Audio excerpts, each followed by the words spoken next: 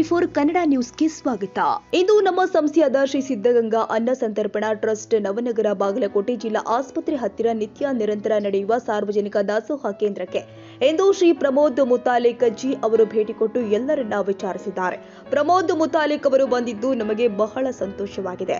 ಒಬ್ಬ ಪ್ರಕಾರ ಹಿಂದೂವಾದಿ ನಮ್ಮ ಸೇವೆಯನ್ನ ಮೆಚ್ಚಿ ಹೊಗಳಿಕೆ ಮಾತುಗಳು ಹಾಗೂ ಧೈರ್ಯ ಕೊಡುವಂತಹ ಮಾತುಗಳು ಆಡಿ ನಮಗೆ ಇನ್ನೂ ಹೆಚ್ಚು ಪ್ರೋತ್ಸಾಹವನ್ನ ನೀಡಿ ನಮ್ಮ ಶ್ರೀರಾಮ ಸೇನೆಯು ಸದಾ ನಿಮ್ಮ ಸೇವೆಯಲ್ಲಿ ಭಾಗಿಯಾಗಲು ಇಚ್ಛಿಸುತ್ತೇವೆ.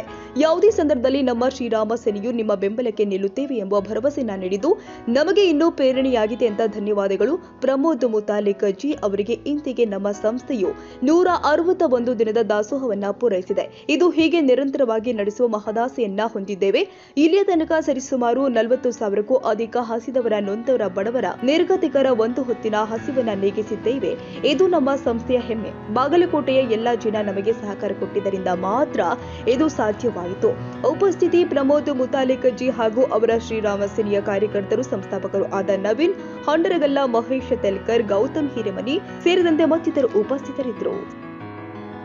ತಾಜಾ ಸುದ್ದಿಗಾಗಿ ಟಿವಿ24 ನ್ಯೂಸ್ಗೆ ಸಬ್ಸ್ಕ್ರೈಬ್ ಮಾಡಿ ಮತ್ತು ಬೆಲ್ ಐಕಾನ್ ಒತ್ತಿ ತಪ್ಪದೇ ಲಿಂಕ್ ಶೇರ್ ಮಾಡಿ.